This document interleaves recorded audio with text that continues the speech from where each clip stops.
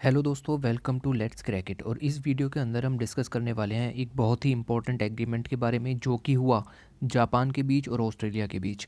इससे नुकसान किसको होगा? सबसे ज़्यादा नुकसान चाइना को होगा और फ़ायदा किसको होगा? इंडिया को होगा।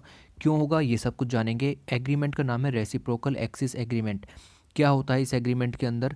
और पिछले 60 साल का रिकॉर्ड टूटा है जापान का। ठीक है, तो जापान का ये कौन सा रिकॉर्ड है जो ये टूटा ऑस्ट्रेलिया के साथ डील करने के बाद, इस एग्रीमेंट को साइन करने के बाद? इन सब चीज़ों को हिंदी में एक्सप्लेन करेंगे। तो आइए फिर डिस्कशन स्टार्ट करते हैं। उससे पहले चैनल को सब्सक्राइब कीजिए अगर आप न्यू हैं, और शेयर कीजिए जितना ज़्यादा से ज़्यादा हो सकता है। और अगर आपको इसकी पीडीएफ चाहिए तो नीचे सिर्फ एक ही लिंक है, वहाँ पर आपको इसकी पीडीएफ मिल जाएगी। ओके, तो पहले समझिए कि हुआ क्या है। ऑस्ट्रेलिया एंड जापान से they have reached broad agreement on a defence pact. तो पहली बात तो ये है कि आपका जो ये एग्रीमेंट है ना, रेसिप्रोकल एक्सिस एग्रीमेंट, ये आपका डिफेंस पैक्ट है। डिफेंस के क्षेत्र में है, ना कि कोई एनर्जी सिक्योरिटी और कार्बन न्यूट्रलाइजेशन के लिए। That will allow their forces to train in each others territory. मतलब जापान अपने फोर्सेज को भेज सकता है ऑस्ट्रेलिया में फॉर ट्रेनिंग, ठीक है। और ऑस्ट्रेलिया अपने जो ट्रूप्स हैं उनको भेज सकता है जापान में for the training, as both countries seek to navigate tensions with an increasingly assertive China. China का रोल बढ़ रहा है इंडियन ओशन में, ठीक है। चाइना को रोल बढ़ रहा है साउथ चाइना सी में।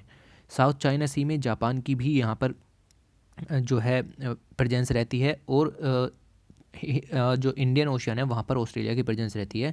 तो दोनों में चाइना का प्रभुत्व बढ़ रहा है। इसको कम करने के लिए जो ट्रूप्स हैं दोनों देशों के, ऑस्ट्रेलिया के और जापान की, इनको नई टेक्नोलॉजी की ज़रूरत है।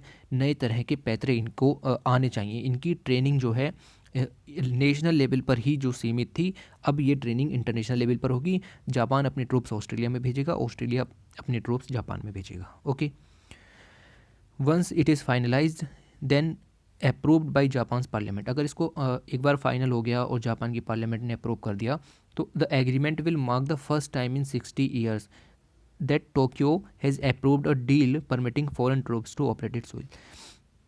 देखिए, आज से 60 साल पहले यानी 1960 में जापान ने एग्रीमेंट साइन किया था यूएसए के साथ। सेम एग्रीमेंट था, ठीक है। उसके बाद से इसने कोई एग्रीमेंट यहाँ किसी भी कंट्री के साथ साइन नहीं किया।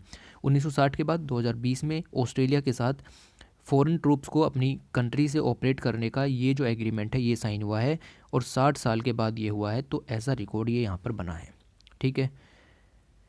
इफ़ साइन, अगर ये साइन हुआ, it will be Japan first such agreement since the 1960। तो 1960 में status of forces agreement sign हुआ था यूनाइटेड नेशंस और जापान के बीच, which set basis for about 50,000 American troops to operate in and around Japan under Japan US security pact. तो ये चीज़ें मैंने आपको बताई। 1960 में जापान और यूएसए के बीच साइन हुआ था कि आपके 50,000 अमेरिकन ट्रूप जापान के अंदर रह सकते हैं, वहाँ से ऑपरेट कर सकते हैं यूएस जापान सिक्योरिटी पैक्ट के तहत। Okay, the in principle agreement reached during Australian prime minister Scott Morrison. तो ऑस्ट्रेलिया के प्राइम मिनिस्टर स्कॉट मॉरिसन यहाँ पर जापान की विजिट पर थे, टोक्यो की विजिट पर थे। Is expected to pave the way for increase defence cooperation. तो यहाँ से डिफेंस कोऑपरेशन इंक्रीज़ हुआ, ठीक। और साथ में जॉइंट एक्सरसाइजेज भी यहाँ पर इंक्रीज़ होंगी बिटवीन जापान एंड ऑस्ट्रेलिया। अभी मालाबार में ये यूएसए के साथ हिस्सा लेते हैं, बट अभी और भी यहाँ पर जॉइंट एक्सरसाइजेज इनके बीच में बढ़ेंगी, ठीक है। ओके, ये पॉइंट है। Morrison is the first foreign leader to meet Suga. Suga Japan के नए प्राइम मिनिस्टर बने हैं, ठीक है। जापान के नए प्राइम मिनिस्टर शिंजो आबे के बाद, क्योंकि उनकी इल हेल्थ के कारण यहाँ पर उन्होंने रिज़ाइन किया था, तो नए जो प्राइम मिनिस्टर आए हैं वो mister Suga. In Japan since his long serving president Shinzo Abe quit as prime minister in September for health reasons, ठीक है। तो शिंजो आबे यहाँ से जा चुके थे, और इसके बाद मिस्टर सुगा का पूरा नाम है योशीहाइड सुगा। जापान के prime minister Yoshihide Suga said the two countries shared fundamental values. Two countries, कौन सी two countries? Japan and Australia. इन दोनों की जो फंडामेंटल वैल्यूज़ हैं वो सेम है, यानी दोनों कंट्रीज़ डेमोक्रेसी हैं, दोनों में रूल ऑफ लॉ चलता है, and would cooperate to realise a free and open Indo Pacific.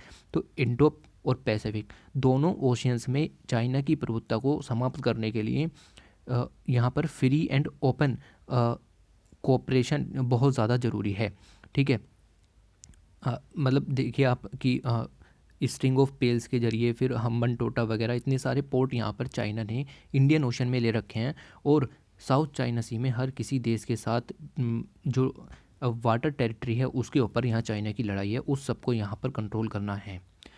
ठीक है, विदाउट नेमिंग चाइना डायरेक्टली। जब एग्रीमेंट साइन हुआ तो जॉइंट स्टेटमेंट आया, उसमें चाइना का कोई नाम नहीं था कि हम चाइना को कंट्रोल करने के लिए ऐसा कर रहे हैं, बट हाँ पता चलता है कि हाँ चाइना को कंट्रोल करने के लिए किया है। Raised the leaders joint statement raise serious concern about the situation in the South China Sea. जैसा कि मैंने आपको बताया कि ताइवान के साथ दिक्कत है, फिलीपींस के साथ वाटर टेरिटरी में दिक्कत है और जापान के साथ भी दिक्कत है। And voiced strong opposition to any coercive and unilateral attempt to change the status quo and thereby increase tension in the region। देखिए जैसे जापान लीजिए आप, ठीक है, जापान का कोई वाटर टेरिटरी है, इधर से चाइना की टेरिटरी है, तो इस समय ये एरिया डिस्प्यूटेड है, ठीक है, तो इस एरिया को डिस्प्यूटेड ही रहने देना, यही हर चीज़ का जो है वो एक अच्छा उपाय रहता है। ठीक है, अगर यहाँ पर चाइना अपने प्रभुत्व जताएगा तो जापान नाराज़ होगा, जापान प्रभुत्व जताएगा तो चाइना नाराज़ होगा। इससे अच्छा है कि इसको ऐसे ही पड़ा रहने दो। यही कहा गया है कि स्टेटस क्यू को मेंटेन करना है और इसको बदलने नहीं देना। अच्छा, एक पॉइंट ये देखिए, India is among countries like US, Japan, Pakistan, South Korea and China where the death sentence is avoided. अब ये पॉइंट क्यों मैं बता रहा हूँ आपको कि इंडिया में कैपिटल पनिशमेंट अभी भी लागू है। इंडिया के साथ यूएस में भी कैपिटल पनिशमेंट है। पॉइंट देखिए, जापान में भी कैपिटल पनिशमेंट यहाँ पर लागू है, पाकिस्तान में, साउथ कोरिया में, चाइना में।